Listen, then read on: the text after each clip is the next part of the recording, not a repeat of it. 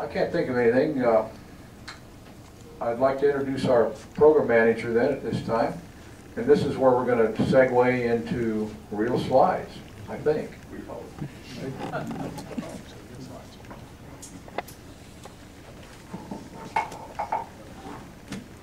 Well, I'm John Clute, K4SQC. Most of you know me, your program manager. Our program tonight is going to be a little bit different in that we're going to talk a little bit about field day.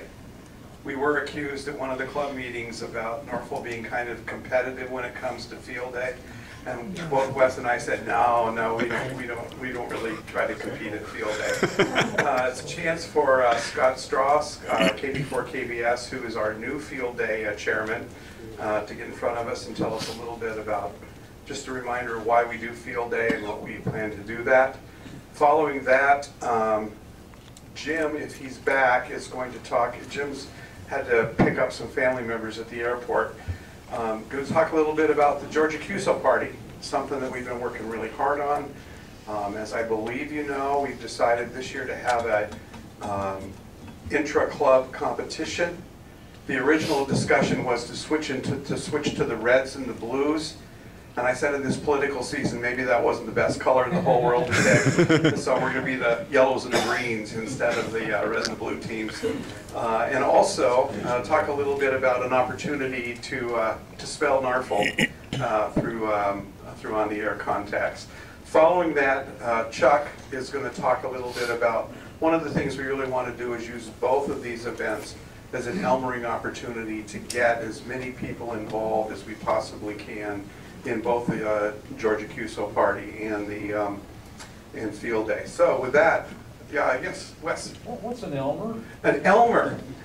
I don't quite know the origin of the term, but basically an Elmer is a senior ham who volunteers time, equipment, praise, mentoring to help someone generally who's newer to the hobby to learn kind of the ropes, get on the air, to be able to improve their skills at amateur radio. It's a long tradition. Most of us, if you will tell you who our Elmer was. Mine was a guy named Pop Brown, K7LED, which is actually the call for the Mike and Key Radio Club up in Seattle now. So when I was a sprout of 13, he was helping me build a Nike T60 so I could get on the air. Other questions? If not, Scott?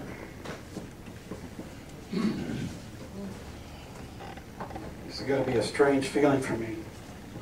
My day job is designing AV systems, and my weekend job is running sound at a church. So I've been on the other side of this microphone all my life. It's kind of strange to be wearing one for real. And I'm going to use my cool little prompt here to help me stay on track. So I'll holler at you. The NFARL Field Day for 2012. But before we start, I'm going to do a halftime break. I want everybody to stand up, unless you're licensed in the 19th century. You can stay seated. Jim, since Jim Stafford is not here, let's go. All right. If you were licensed in the 20th century or the 21st century, you can stand up. All right. So now we're going to winnow down all of you folks who are 20th century hams like me. You can sit down. I want the 21st century hams to remain standing.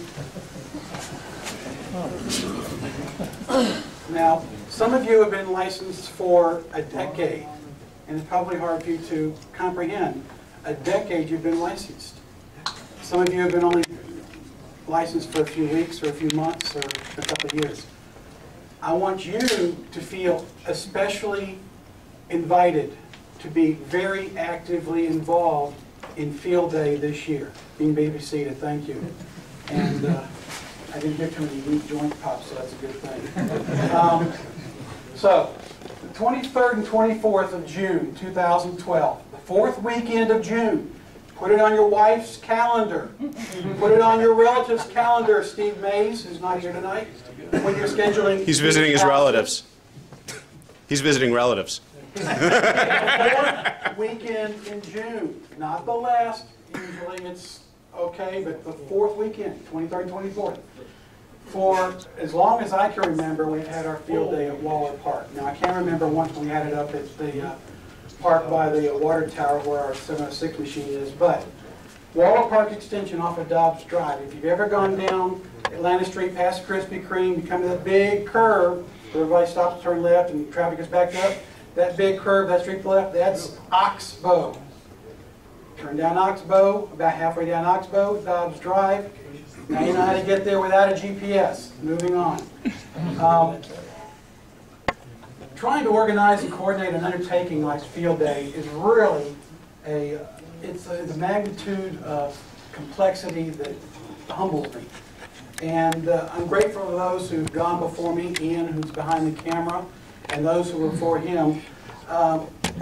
They laid the foundation for this annual event that really has done wonders for this club in camaraderie and in building membership and in providing an opportunity for hams who don't get to operate HF or don't get to operate VHF sideband to really find out what the rest of ham radio is like. They've also decided that this club, the purpose for this event, for this club, is to be a highly visible demonstration of ham radio. And to facilitate the success of this event, I'm going to use a process this year. It's called incident management. The National Incident Management System is a method based on the principles first developed by the California forest fire fighters as a way of managing their resources, managing their priorities, and it's worked for over 40 years. Today, FEMA is the custodian and the chief cheerleader of the Incident Command System. The National Incident Management System and the Incident Command System are analogous, if not identical terms. As you can imagine, with anything affiliated with the federal government, they have forms for everything. And the primary form that's used during the incident management event is called an objective sheet. And on this form, the succinct, achievable goals are documented, and they serve to maintain focus throughout the incident. So here are the objectives we have for our event. Number one, I want everybody to have fun. It's letter A. All right? I don't want to fill out any first report of hurt feelings at this event. Everybody has to have fun. But we're going to have a lot of the general public, non-licensed, ham radio interested people hear about us, find out about us, or just happen upon us. And this is a chance for us to give them a real hands-on look at what it's all about. Now, last weekend after the Ham Fest, some of y'all went to a train show. It's hard to go to a train show instead of a train show in a field and really give a full feeling for what it's like to be a model train enthusiast. We can do that with ham radio. Providing a venue that for both the members and the general public to learn about all the myriad of facets of ham radio. Yeah, we all know about CW, we know about Morse code, but there's RIDI, there's PSK, there's satellites, there's VHF sideband. There's so many things that ham radio involves. And this gives us a chance to show them off to ourselves and to the others. Again, a chance for us to practice deploying our radios in ancillary equipment in an itinerant manner. I love big words. If you don't know what any of these words mean, you can ask Brian's little girl. Provide a venue for social gathering of club members. Yes, this is the big part. Getting together and I mean, we get together once a month. The guys that get together for what do you call your lunch event on Wednesdays? The Hungry Hams. The announcement on the ham radio on the repeater says 11:30. I got there one Wednesday at 11:35. Everybody was done eating. They get there at 11 o'clock. They can't wait to get to Hungry Hams. People show up here. I mean, I got here at 6:45 tonight because I was nervous about my presentation. Afraid I talk real fast, people understand what I'm saying. And so I want to just practice my breathing technique so I can slow down and speak calmly. And I was like fifth or sixth person here. And that's say 45? 45? Yeah, 45 minutes early. So this is another great opportunity for everybody to get together and enjoy the camaraderie of ham radio. We'll get into contesting later, and I don't want to steal too much of Chuck's thunder, but when you think about ham radio operators sitting in their shack with their radio, headphones on, crouched around the dial by themselves, that's probably what 90% of it is, but that's not the best part. When you've been in an event where you've had multiple guys operating multiple radios, rubbing shoulders with each other, shouting, hey, there's a JA on 15 meters and the band's there dead, somebody go grab him, and catching that rare mult and ringing the bell when you hit the multiplier. That camaraderie, that spirit that comes from the being together in a group really is a wonderful thing. You know, shipment of bottle builders, hey, I don't know what they would do. So, let's move on to the next slide. This is a brief org chart of how the National Incident Management System is broken down. Incident manager with a safety officer, public information officer, and a liaison who works with public officials and hosts. I've kind of adapted this for my needs for our event. You got operations and logistics. You really can't see this one called planning, and that's not really to indicate that we're not going to plan for our event, but in the deployment of a National Incident Management System, the planning section is really for like an extended thing like a Hurricane Katrina or a multi-day train derailment. We will have planning, but our planning is going to happen under the other areas and in finance administration. So let's move on to the next slide. Underneath the four areas, operations, logistics, planning, administration, finance, everything that happens is in one of those categories. Under operations, this is how I've got our operations broken down. We've got our bonus stations people, our scoring stations, and y'all don't look at these numbers too tightly because that may end up being 75 and 15, or 20, 15, and 75, and anyway. But that's sort of the idea. You have your antenna set up, making sure that they're all optimized on all these different radios. And then you've got your facilities, your housing, making sure everybody's got a place to be comfortable while they're operating. And boy, last year we had some motor homes and some trailers, and it was like, you know, I could have been at a Holiday Inn and not been more comfortable. Generators, shore power, that's a fancy word for the stuff that doesn't have to be run off a generator, computers and things. So having somebody who coordinates each one of those areas, and then move on to the next slide, operations and then logistics, yes. Question. Yes. On the last slide it said scoring was RIDI, so is it only RIDI or is it going to be digital? Well, digital. There's a difference. I understand. We're going to do a lot of RIDI and we'll do some PSK.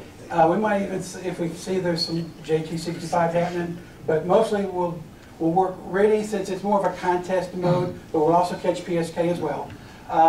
In logistics, we've got communications like our talk-in or simplex. Somebody's got to coordinate all this. I'd like to see us set up some sort of a LAN or WAN this year, and I think that can be done with the geek factor in this room. There's no reason we can't have an operating WAN with internet access at our website, I mean at our event site.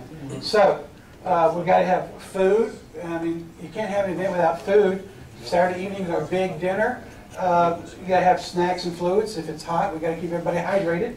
And then there are other bonus points to be collected as well. Our support, all of these areas have to be addressed. Move on to the next slide, which is finance administration. Somebody keep track of all our bonus points. Somebody keep track of all our attendees. And then somebody make sure that we have all the supplies we need and that Fred gets all the receipts in a timely manner so he can pay it. As you can see from this list, there are plenty of things that need to be done. And it's going to require a lot of help to make it happen. If enough of you choose to be involved, and I pray and I don't know who the patron saint of field day is, but I'm going to get a big one on my dashboard. If everybody will get involved, no one will have to do a lot of work, because many hands do make light work. We'll move on to the next slide, please. This is our schedule for the weekend. On Friday afternoon, and this is, Friday afternoon is sometime after lunch, before dark. We'll get down to the firm time, but we're going to try and get our antennas up in the air and work out those logistics. If we've got bad weather or storms or something, we want to make sure that we've got ourselves 2 windows of time to try and get those up. And then and just establish our compound with who's going to be where, with which trailer or which motorhome, and where our antennas are going to be located. Just work out all those logistics. Get that done Friday afternoon, get it out of the way. Saturday morning, set up, establish our command post, finish our remaining assignments. We are going to do our radio merit badge class.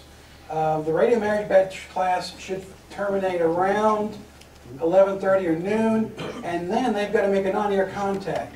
Now the event starts, go ahead to, did I put it on there? At 2 o'clock. So between about noon and 2 o'clock, which seems like 2 hours, no big deal. But now you've got to work in a lunch, everybody's getting fed, you got all the last minute setup. So we're going to need to make sure we get all those Boy Scouts and some Girl Scouts and some Brownies and some Explorers run through so they get their 5 minutes on the air and get to talk to some unwitting chap who made the mistake of answering the CQ. So we may need to run more than one radio. We may need some help, but we've got a lot to do before we get to 2 o'clock when we drop the green flag. Question from the back. Yeah, any thoughts about running the scouts through the GOTA station to get points? Well, yes, we will. But we can't start scoring those points until 2 o'clock. Right, exactly. So most of those scouts are itching to get on to other things. Hey, Scott, two things. One, we get points for the scouts for attendance and their parents. So when we get them in early, we're picking up 30, 40, 50 attendees. Two, they usually hit the GOTA station early and they'll stay through until about 3 or 4 o'clock. Okay. And last year, some of them actually came back about 6 or 7 p.m. But, so we do want to make sure They wanted the picnic. get lots of They came for the exposure. food, right. And where are you, Bill? Raise your hand. There you are. Bill's K4WSW is going to be our GOTA captain this year. He's already, he's new and he didn't know any better. So, so he's going to be our GOTA captain.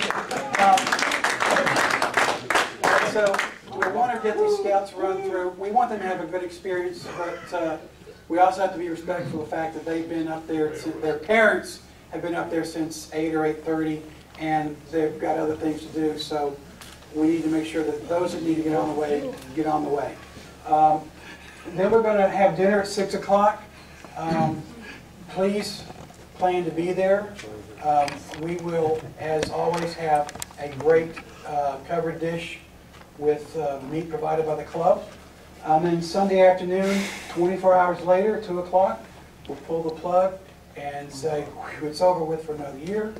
And then we'll start the fun part of tearing down. Now, because of my church duties, I didn't get to be there Sunday morning last year, but I did show up at 1 o'clock and I stayed through. You know how long it took us to tear down? 2 hours. About 2 hours. By 4 o'clock, the last vehicle was headed out of the park. So it's not like it's drudgery and hard work to tear it down.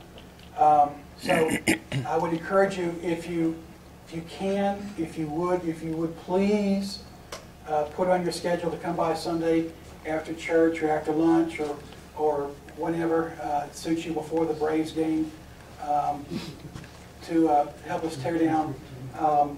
And I will also clue you in, when we start signing up to operate the stations, and we will need to have people sign up for blocks of time, Sundays are usually where there's a little bit of opening and people are lax to sign up. Saturday fills up fast, especially from 2 o'clock to supper, and then it kind of wanes. But if you want to come on Sunday, maybe go to early mass or early service, then come out to the park and operate. You usually get on the air at one of the stations without too much trouble, provided you sign up early. Yes, sir? A comment about teardown, if I may, from Yes. past experience. one of the reasons that we as a club don't have any problem finding and getting a venue to use is because we've used the same venue for the last at least 5 years, and we always leave it in better shape than we found it. And I've been told that repeatedly by the recreation and parks people. So it's really, really important that if you have to choose a time and you don't mind helping us straighten the park back up when we're finished, come out and help with tear down and help with clean up so that we continue to build the relationship with the parks people and have the good reputation, and they continue to allow us and welcome us and as Mike said, want us back with open arms every year for field day. So, my allotted time has been over by about 5 minutes, so I'm going to wrap up and just say, in closing, we need you, we want you.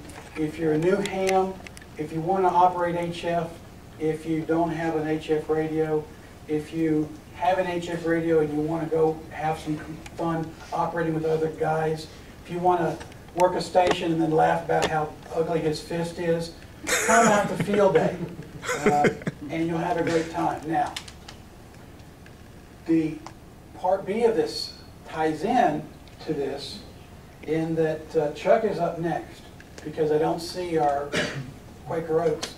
I'm sure he's on his way. Yes, sir. One thing I thought I'd mention, Chuck,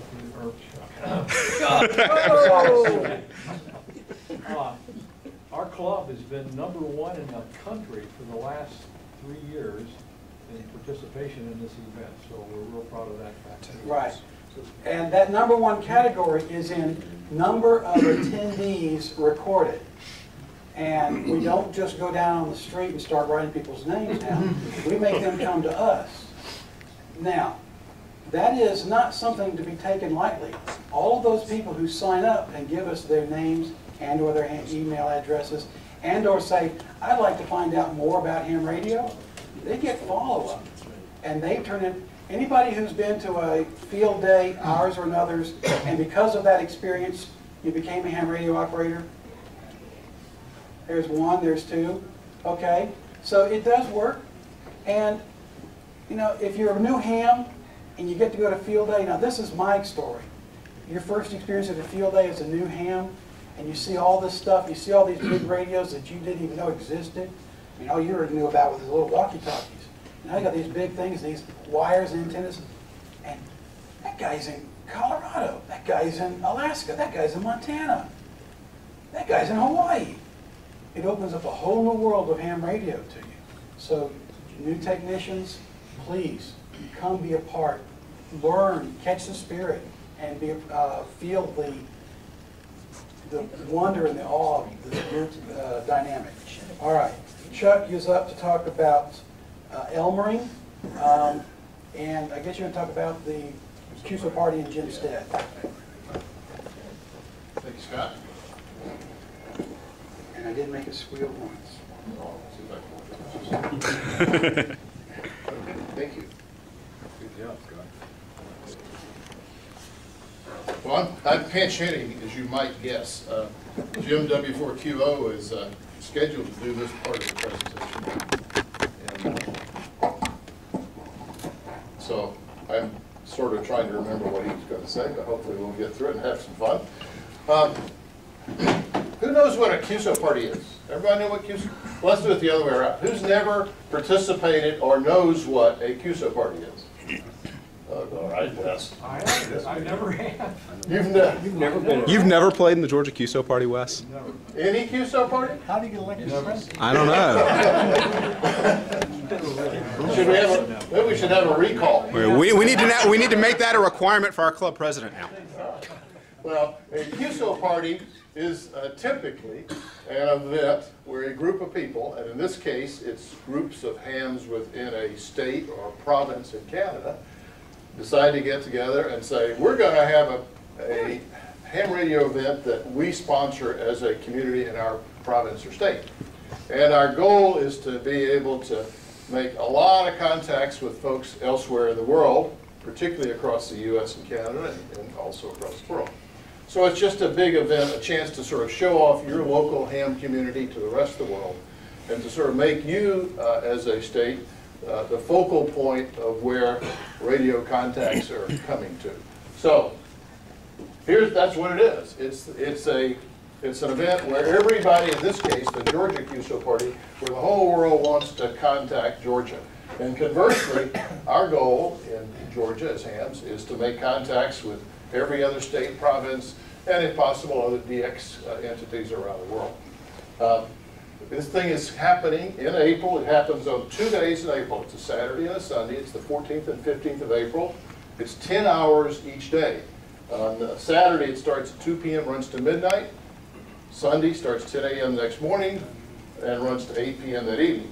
So you get plenty of time to rest in between. It's not like those of you who know, everybody here knows at least a little bit about contesting. If you only know the name, it means you're sort of working at a contest. And so Brian knows about what kind of contest you do, Brian. VHF, UHF.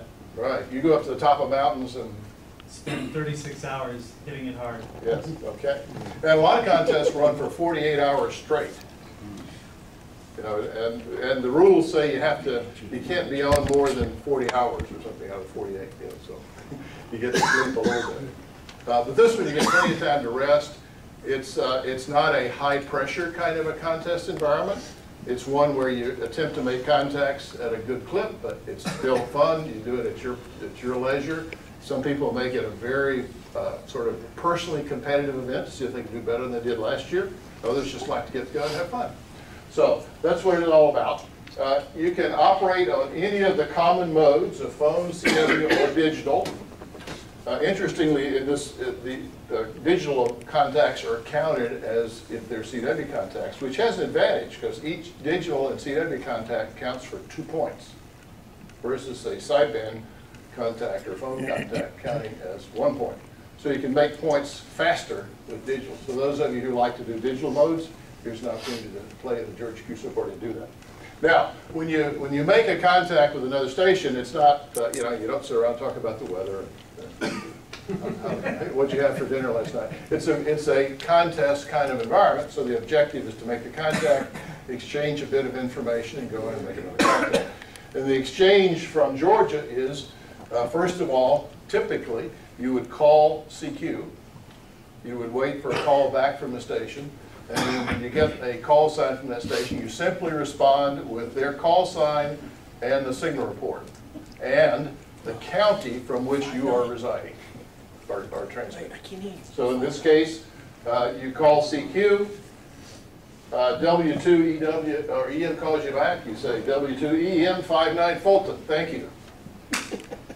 That's the contact. And you can say a few other words if you like to. Have fun. Thanks for joining the QSO party.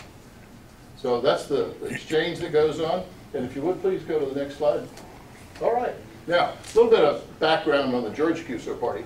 It has become the 3rd most popular QSO party in the country. We're doing really well. This happens because a lot of hams in Georgia are anxious to do it. And as a result of that, we got a lot of participation from other states around the country, as well as a lot from Canada and some DX.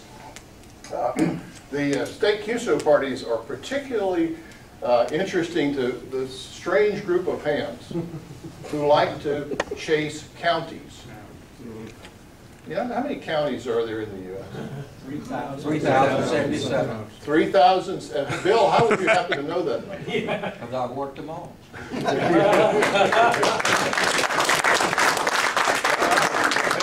it or not, there are a lot of, I won't say strange people like this.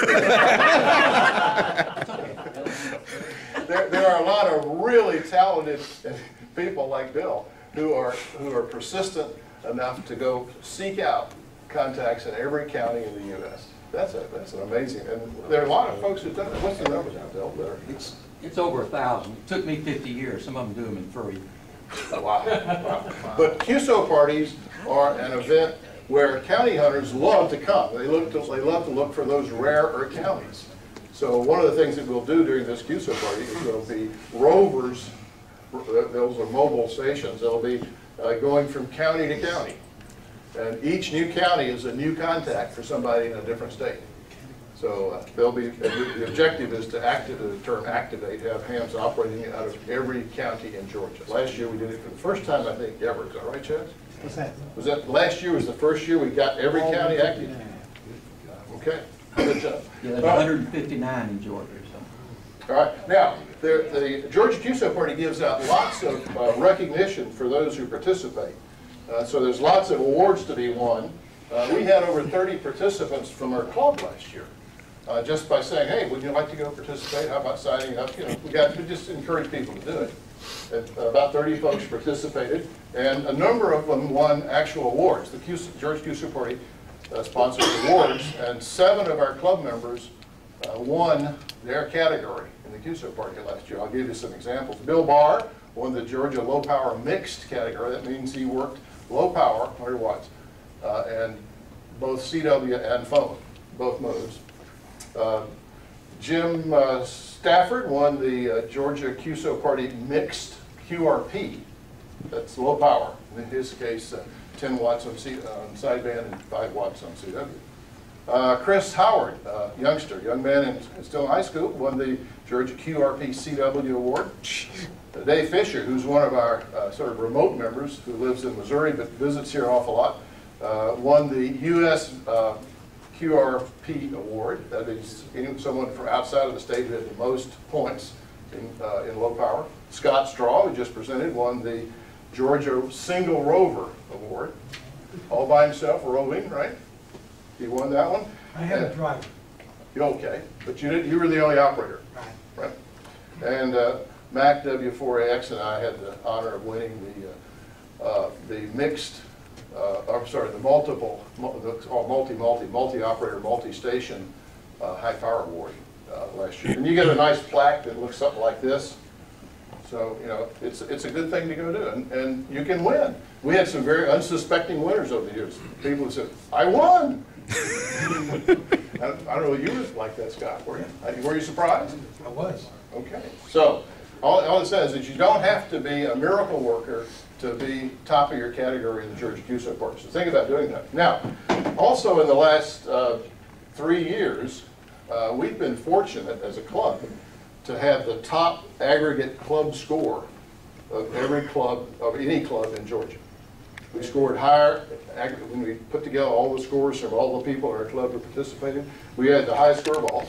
And the award for that is the gavel. This happens to be the 2010 gavel, presented by Chaz to us in the last 3 years. So we decided to do something a little different this year.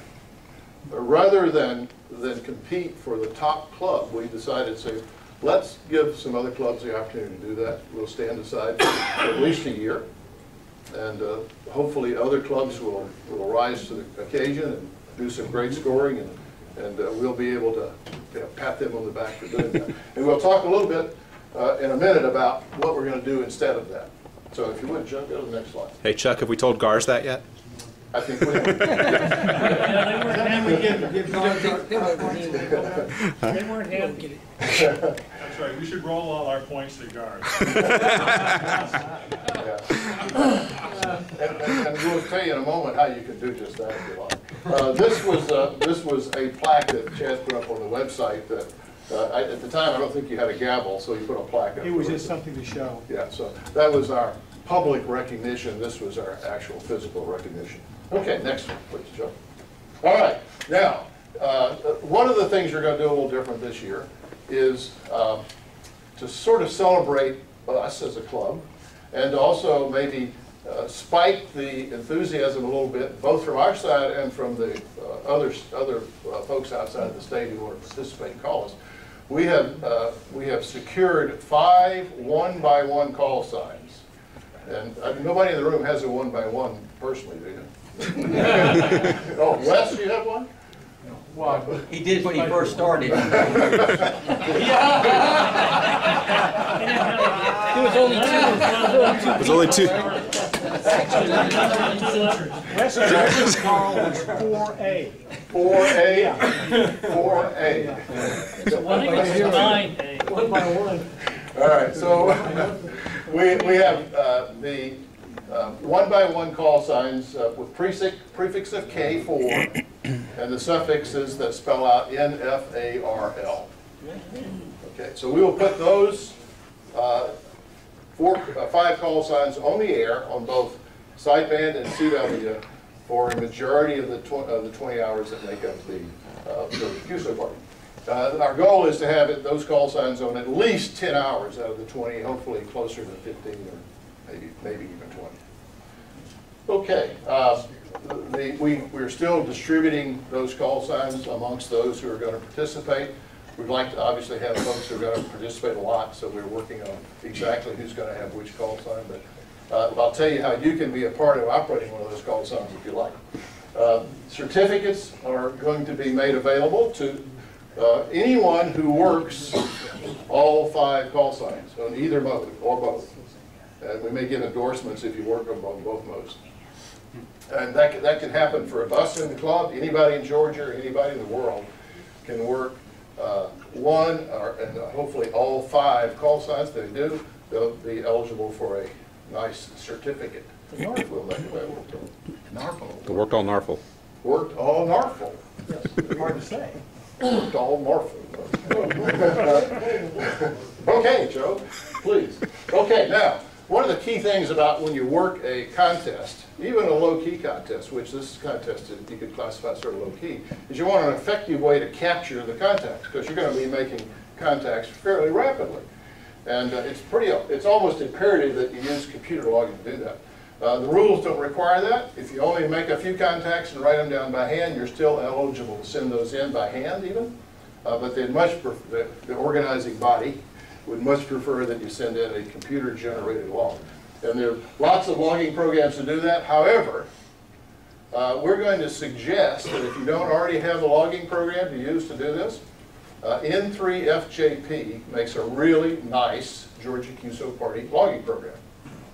And it's available from them. We'll tell you a little bit about how to get it in a little bit. The advantage of the logging program, it tells you where you are the whole time. It tells you, have I worked this station before? Because you can't work the same station twice on the same band. But you can work them on another band, or you can work them on another mode on the same band. So the logging program is really helpful, and it keeps up with, oops, I worked him already on this band, but I could work him on another band. It also... Chuck? Yes. Chaz has written a program for logging that works extremely well. Yes, he does. And the price is right. Right. Chaz's price is right. However, and all due deference, Chaz. I don't like what comes after that.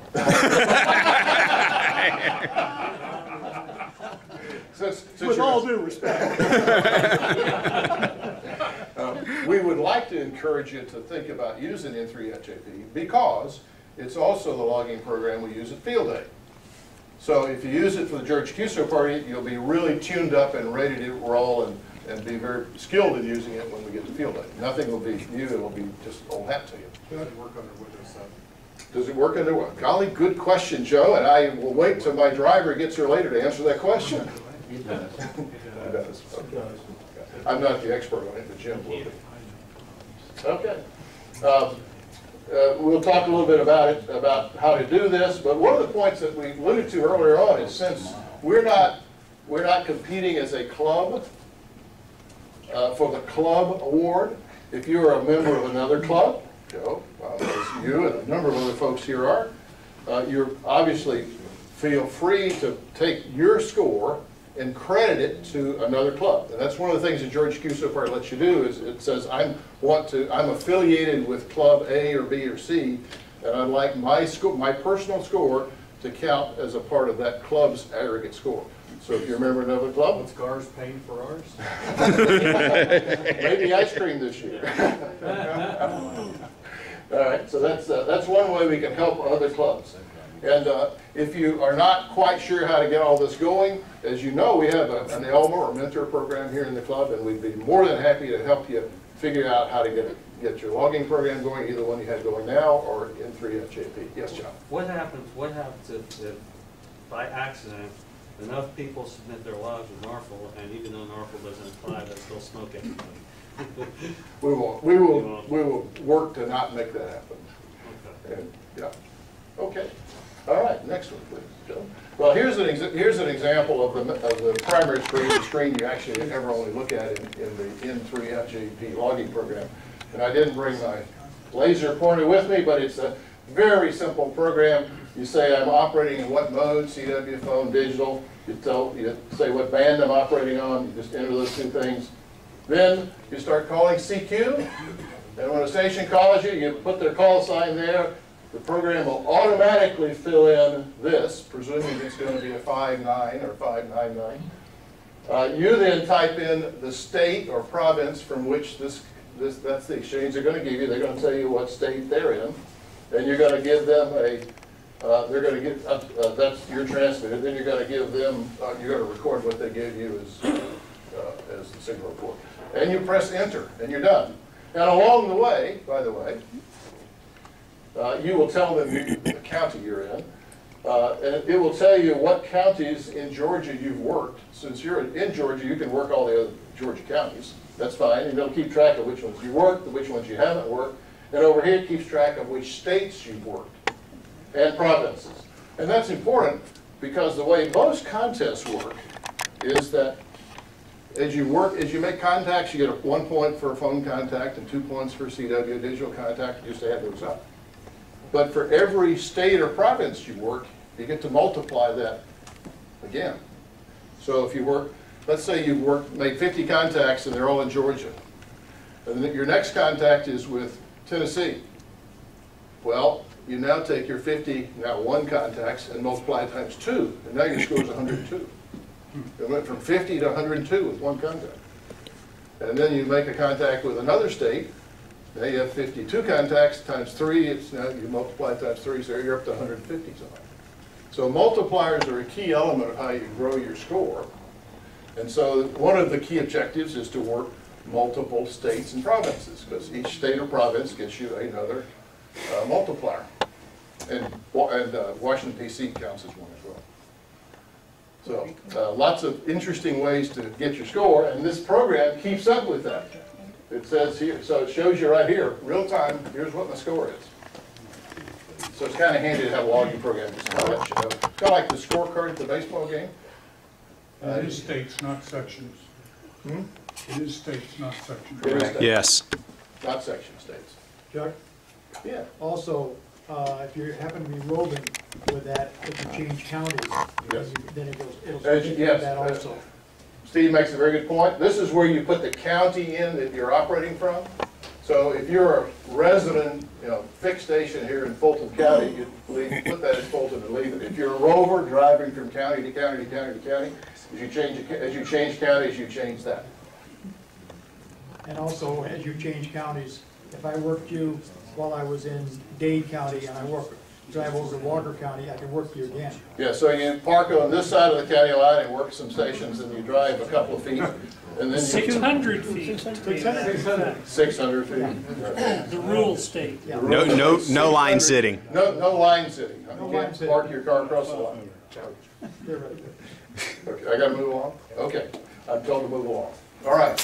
Okay, Joe, if you would flip the page. Okay, a little bit more about the N3FJP software. The price for just the Georgia QSO Party software is $7. So if you want to do just the Georgia QSO Party for $7, you can buy the software. You can buy its whole package, though, which does essentially every contest, every QSO Party forever, and it's $33. He's given us a special deal. He's essentially not charging us for the Georgia part. However, we have a special deal just for us here. If you want to buy the Georgia QSO Party software for $7 and you make more than 50 contacts, the club will be happy to reimburse you the cost of your Georgia QSO Party license. Yes? Does he have run that by the treasurer? I was told by my driver that yes, that had been. Yes. Good question. I'm sorry. Yes, John. Maybe I bought that software a couple of years ago, but I know I've lost it. Can I get another download from him? Will he have my? I'm certain he does, yes. I can answer that. Yes. I can answer that. He's updated too. Do you still have your keys? No. Okay, you send him an email. hey, I bought this software about 2 or 3 years ago, and I've lost my keys. Can you send me my keys? They'll look up your records. Scott and Kimberly are very fast on the draw. Okay. And when that happened to me, they had me my keys in 24 hours or less. Now, And then everything's there for here's download. An even better deal. If for whatever reason you don't have time but just to work a few contacts, and I hope everyone has a chance to get on and work a lot. Because this is a way to really not only build your skill, but as you do it, you'll find out it's addictive. It's fun. Suddenly I'm at 50, well, why not? Maybe I can do 100. And then suddenly you're at 100, and well, 200 is not that far away. And before you know it, you're at 500 or 600. And You've missed something. yeah, that's right. There you go. That's right. Then it's time to turn off the radio because it's midnight and you don't know where the day went. But if for whatever reason you know you can't operate but a few, the software actually will let you do 30 contacts for free for nothing. Okay, Joe, if you would please. All right, here's some things, and we'll go through these really quick. Just some tips. Most of us who are fairly newer hands, you might be more inclined to wait to listen for somebody calling CQ and then you call them back. Well, this is the time to not do that. Call CQ, call CQ, call CQ. You will be inundated with people calling you back, at least during the more populous hours of the day. Perhaps not at midnight, but the other times of the day, you will have people call. You'll have 3, 4, 5, 6 people calling you at once. So it's fun to be on the opposite end of what's called a pile-up, and sort of be selectively saying, yeah, I'd like to talk to you, like to talk to you, like to talk to you, like to talk to you, like to talk to you. There you go. So call CQ. We'll go through these in more detail later on. But for example, those of us who don't have 4 LAN calls, some people don't have 4 LAN calls.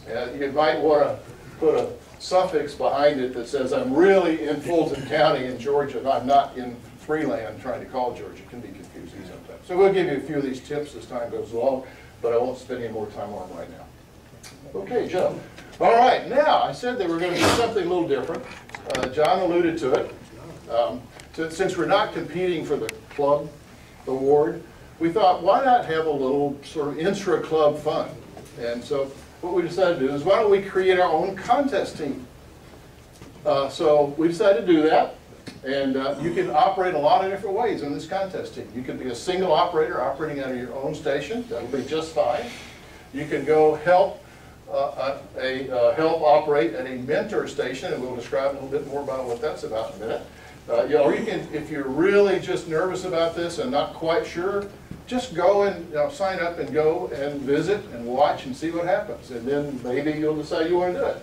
Or if you this is Jim's slide, go get coffee and Chocolate pie. all right.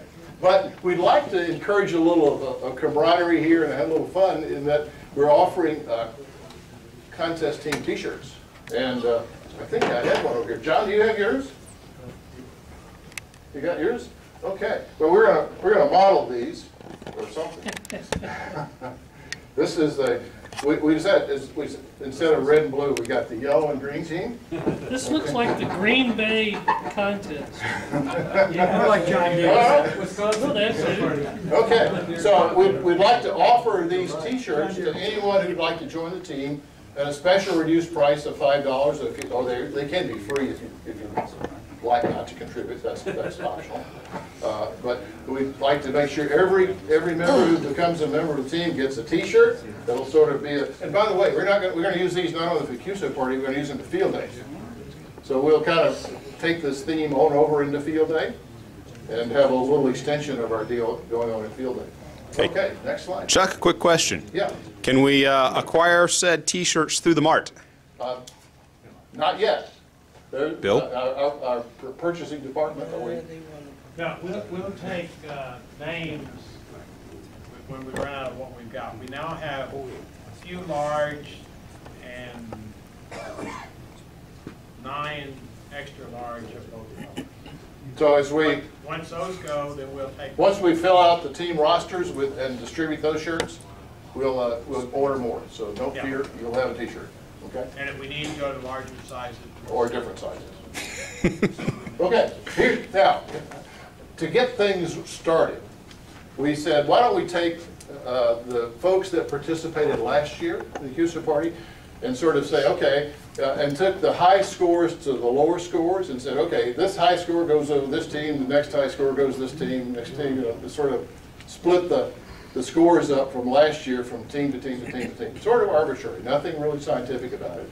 And then we had a few other folks who raised their hand in the meantime and said we'd like to join a team, so we just sort of did this. So this is the current lineup of the teams. Now what we're going to do at the end of the meeting, at the table in the back, we're going to have the team captains are going to be back there. And what we'd like to ask you to do is to come back and just confirm that you're going to be a participant on the team you're currently assigned to, or say, I don't want to be on that team, I want to be on the other team. Okay, so you can do one, but just go meet with your team captains, and the team captains are John, Team Green, John, and Team Yellow, somebody said I am. So, okay. Yes, John. Chuck, did I miss something? Is there a significance with teams winning or competition, or is this just for fun? It's fun. It's fun. I thought I may have missed some type of It's fun. competition. Or we might decide to do what we did with GARS, which was with whoever. Ice cream, or Yeah, but everybody had ice cream. So Green eggs and ham for when the green team wins. But all right, so okay. Or Joe, loses. next slide. Now, one of the key things that, and John alluded to this earlier on, is that we want to make everybody really comfortable at doing this. We want everybody to play.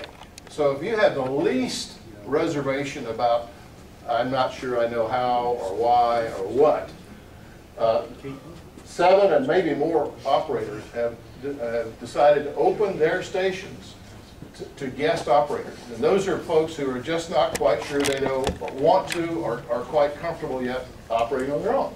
So you can sign up to go visit a guest operator station. These are experienced operators who know how to do this. They will coach you, tutor you, help you get started, observe, give you feedback, let you operate, etc. So we want to encourage you, if you would like to come be a guest operator at one of these stations, at the end of the meeting, at the back of the room, on the table, will be some sign-up sheets, like this one, where you can say, I'd like to be a guest operator on this station on Saturday afternoon for a couple hours. Okay? So come back to the back of the room, and I hope that you will feel very comfortable. I mean, really very comfortable to say, I'd like to come sit down and spend a couple of 3 hours with somebody who's done this before and just see how it's done, and then get my feet wet doing it. Now, 2 ways you can do this. If you're a general, you can use your own call sign as opposed to the call sign of the station you're being the guest at. If you're a technician and 10 meters happens to be open, you can use your own call sign on 10 meters. Okay? Now, or if you don't want to do either one of those, you can use the call sign of the station you're operating on. So we got lots of possibilities here. But you can come, and we really want to encourage you to do that. All right, next slide.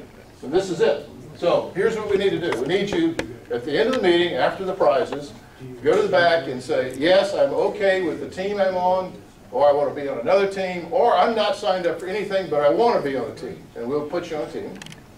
Secondly, sign up if you want to be a guest operator in any of those stations. Just say, yes, I'd like to do that, and we'll make sure you get hooked up with either the person you pick or someone else. We'll make sure that works. Claim your t-shirt. If you sign up for a team, you get to claim your t-shirt. And then, best of all, as Scott said, the deal here is to go have some fun. And we're going to have a bunch of it. So, thank you all. Any questions before I cut that? Yes? You can only work the 10-hour period, correct? No. There's 10 hours one day, 10 hours the next day. You can work the whole time. You can work 20 hours. Yes? Speaking for the management of the Georgia QSO party, I really want to commend ARPA for taking this attitude, taking yourselves out of the running after you repeated 3 times, making your brothers, and coming up with this whole idea of making it more competitive. Georgia QSO party is tons of fun. Please participate. Thank you, Chaz. All right, I'm concluded, and so John, back to you. Okay.